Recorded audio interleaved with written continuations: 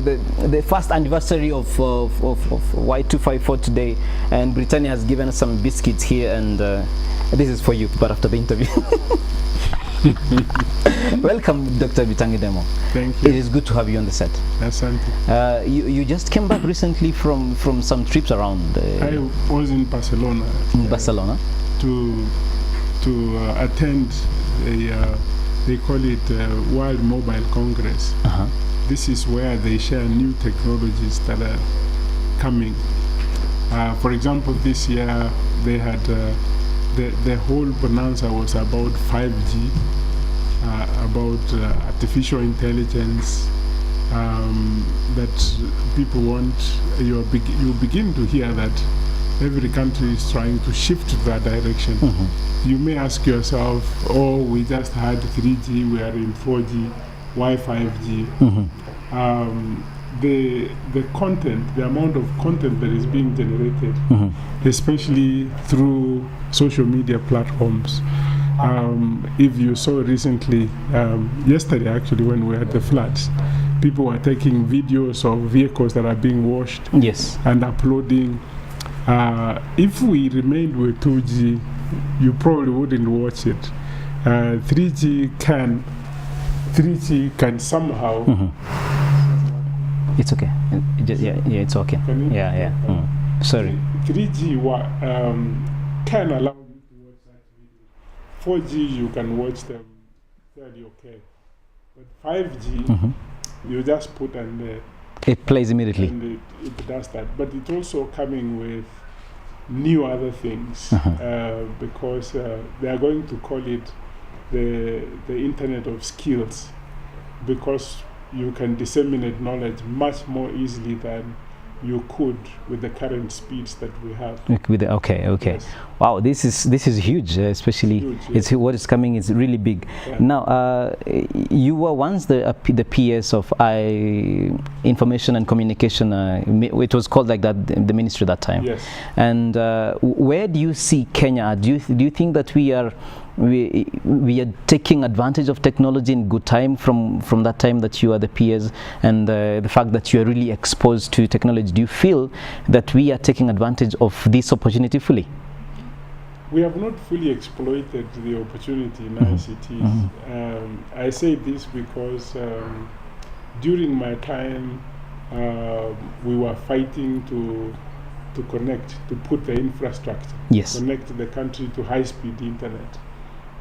Then we were trying to lower the cost of mobile so that we get more people. Now we got we call it adoption rates, which are so high now.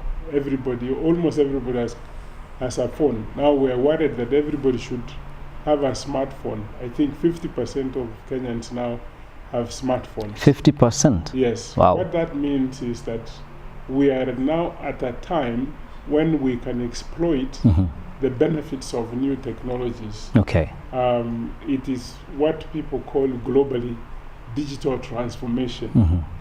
This is what is going to be the future. I'm not a prophet, but the entire world is moving to what is called digital transformation. Reading the signs of the times, you can be able to see that. I want to explain that fully. Okay. Sometimes media comes and says, what do you think about this? And then you have no time and say, okay, thank you, before you are able to explain the concept itself. If you recall, I don't know whether you can recall, because a few years ago the fastest means of sending money used to be postal services. Okay. And it used to take 4 days. If, say, your relative has been discharged in Mombasa, and the people say, can you send money, we pay for the bills.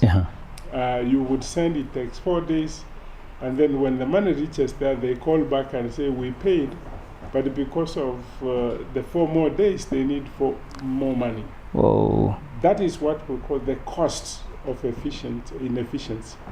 Now, when they call, you send within a split second, the person has left. There is no need of paying that extra charge because of the means of sending money. True. Now, several technologies are here to help us. not just in sending money, but in delivery of several services to people. For example, healthcare. For example, transport. For example, agriculture. All those are going to be, we would cut such costs if we deployed technology. And the people ask, so how is it going to work? What differences are we going to see? We're beginning to see differences in government, for example, because government has enabled us to work from where we are, but we receive the government services through e-citizen. It used to take almost a year to transfer your car from the person you bought to yourself. Now you actually go to NTSA, they tell you, go online, fill this, come and pay this, and you finish up certificate. But there was a question of I think some time back there was a question of whether e-citizen has been contracted by the government or that. I don't know if you heard about that drama. There are some challenges. Yeah. I think sometimes it gets clogged up because we have not opened up the data centers to bring high-speed internet, so that the transactions can be done very quickly. True. That's why sometimes during the day when everybody is up, sometimes it gets clogged up. It's a good problem because it can be solved. Yes. And then make life easier for citizens. And it shows that people are interested in using it. Interested in using rather than when it was there, nobody's. Yeah. And more importantly is that corruption happens when you have a face-to-face. Sure. You are desperate, you want this, and the other guy looks at your face and says, if you paid 1,000 more, I'll be able to do this. But when it's online, you remove such. And it's a huge thing for this country if we begin to deal with those minor issues and begin to build the image of this country by moving towards digital. Then what you're calling the digital transformation. Okay. Digital transformation. Then in agriculture, our productivity has been going down. Oh, that's and it's only researchers who tell you that. But because we now have technologies like blockchain, you can be able to gather data, and you know that this data, it has given me this. Next year I must do better than this. Before you actually go into that, you are recently appointed as to head the blockchain task force. Yes. Could you just tell us what is blockchain, maybe to someone who doesn't know what is a blockchain, and then what it is that you'll be doing as the head of the blockchain task force? Exactly. First, the task force is to draw up the roadmap of this country towards moving towards digital transformation. Remember I said everybody is shifting towards digital transformation. Yes. Blockchain is one of the technologies that is key to transforming any country into digital transformation. It does so by providing better security. It does so by providing better identification. You know, for me to trust you, I got to know you, isn't it? Yes. And the only way I can know you is through several data sources. Yes. For example, we have one block which is called National Registration Board.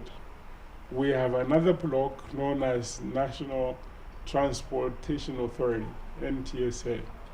We have another block known as the immigration. Everybody has been working in silos. But if you combine all those, including the banking sector and other sectors, I could very easily know that this person actually is properly registered and maybe did not steal the ID to come and cheat me around. So it's like a database. It's like creating a database. This data help to create the identity of the people. Okay. The success of M-Pesa was because Kenya has civil registration. People had IDs. It took long for Tanzania, Uganda, because they did not have national ID. Okay. Because there is no way anybody could identify this is so and so. So now that is being improved, such that you are able to identify somebody. Number two, that most of what happens on blockchain is in public. It's called, that's why we call it distributed ledger. Okay. Which, if you tried to find whether I own the land I am supposedly selling to you, you can go to the lands ministry if they are on that blockchain. On the blockchain, okay. And actually tell who used to own the land and when did I own it, whether I still own it, whether it's been stolen, whether there's any case.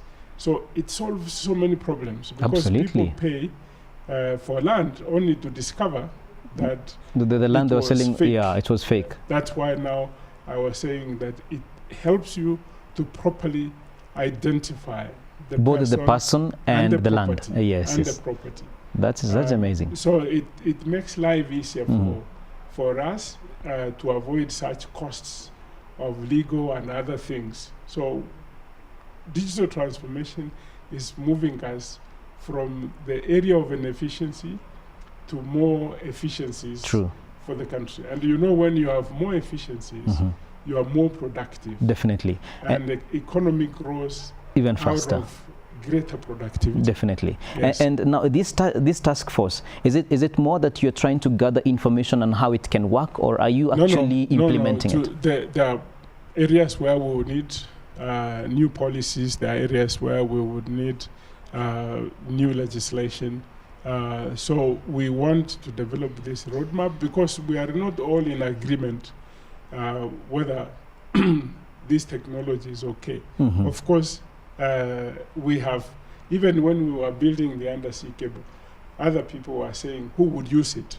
You know, we have no people who can use this technology capacity that you are bringing. But we knew from the government that most of the things you go by build it and the people would come, rather than waiting for people to demand it. And there is no way of knowing what we call latent demand, where people don't come and say, I actually need broadband.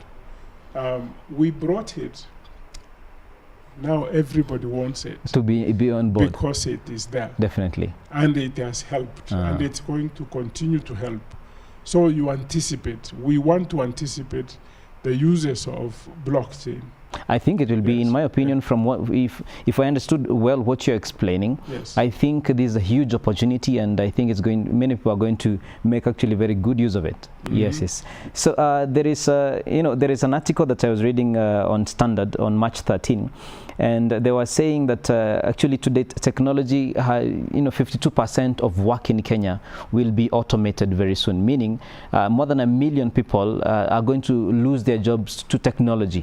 Many organizations and companies actually are laying off work, and one big insurance company was in the news recently for laying off quite a number of people in exchange for technology. So some people are feeling as if there is, the new technology is a threat to employment. Is a threat to the employment opportunities, just like it was the case of Uber and and the taxi that we had. There was a bit of a case where these new technologies are moving so fast in an area where the employment is not moving in the same speed. No, actually, there is going to be more employment than we thought before. I know people are looking at, if you deploy artificial intelligence, it removes people. But what people don't know, that for something to artificially work, it has to be taught by human beings. This is how you are going to behave. It requires several people to teach a machine on how to produce by itself. Then there are people who would monitor those machines. A very good example on technology and the fear for unemployment, 82, the former president, Moi, banned computers in government and they said these things are going to remove secretaries and other people, clerical work. We don't want them. He banned computers. He banned. Actually, up to now, we have that document that banned it.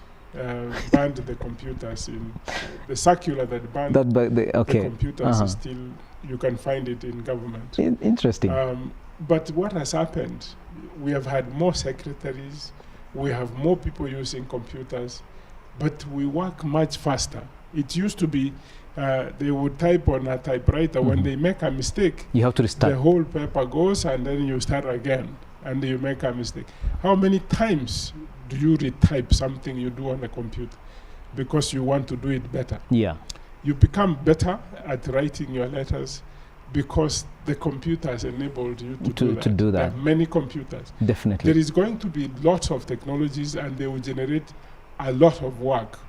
But the thing that you must do, that people did after 1982, is that you have to adapt to the new technology. True. Meaning that we are going to move from the state we are in to what is called lifelong learning.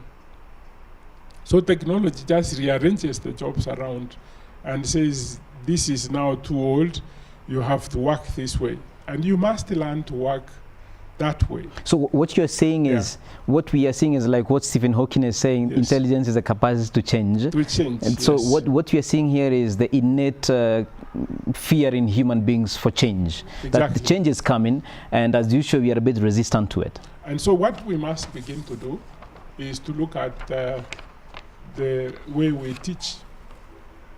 It is not going to be, because artificial intelligence will take the legal work, will take the accounting work. You hear about smart contracts. You don't need a lawyer to be pulling the same contract that he signed for you yesterday and then makes me sign, and then we both pay. No. So let us have smart contracts. But the lawyer now has to teach the computer how to make these changes and do other things. And there are several other things. So the lawyer now has to know not only the law, but also have basics of technology. Exactly, has to understand it. Definitely. All right. Before we close it up, because I'm being told that our time is going for this segment, you write for one of the major newspapers. You have a column, and one of the things that you wrote was an article that was titled "Are Millennials Ambitious Enough?" And you were saying that young people actually. So let me read this quote: that we may not fully understand millennial behaviors and future sustainability of communities, but research points out that we need to manage millennial stress levels. So there are two issues there. But do you feel that the youth are grasping how fast the world is changing and how fast they need to change with it and become involved? Or do you think, as some people would say, that millennials are lazy and entitled and they don't want to get involved? And how do we manage these stress levels as we finish up? When I grew up, the first time I saw TV was in high school. Virtually everything, my world was make my own soccer ball and play and whatever. We played more, we socialized more as young people. Today, a young kid who is 5 years has seen more movies, has seen many things online than I have seen in my entire life. It's true. So their life is totally different, but we have not opened ourselves to understand the dynamics of this, where they are exposed to the mobile, the content that they are seeing, multiple comments, everything. So to ask them to go do what I did and play outside with the other kids sounds foreign. We're living in cities. We lived in the villages where space for me to play was too much. Yes. And if you've been closely following, a research was done here. Almost 40% kids in school are depressed.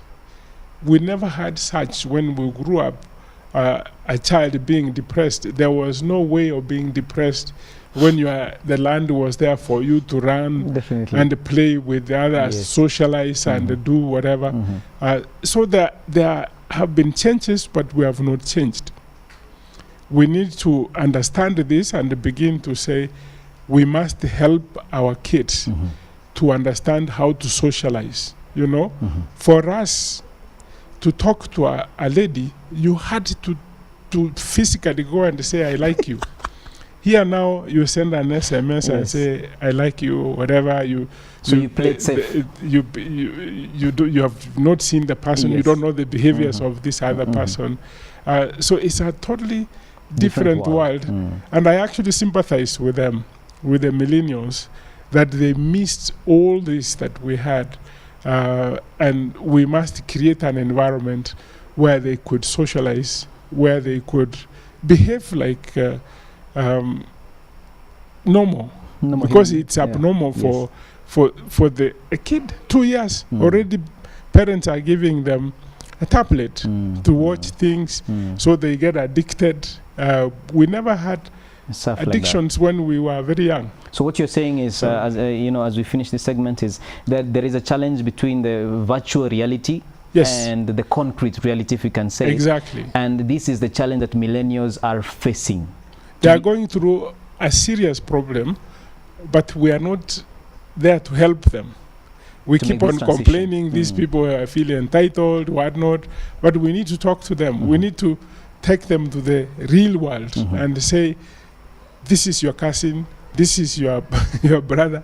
Go out and do something together. This is how you begin to change. But we are not doing it. We're not doing that. Yes. So technology is not the problem. Education is the challenge. Yes. All right. So we are going to have a short break now, and when we come back, we are going to have just maybe like 5 minutes of. There's a young entrepreneur who wants to ask you a question because he's interested in ICT. Thank you. So we'll take a short break right now, and we'll come back for the final segment. Don't go away.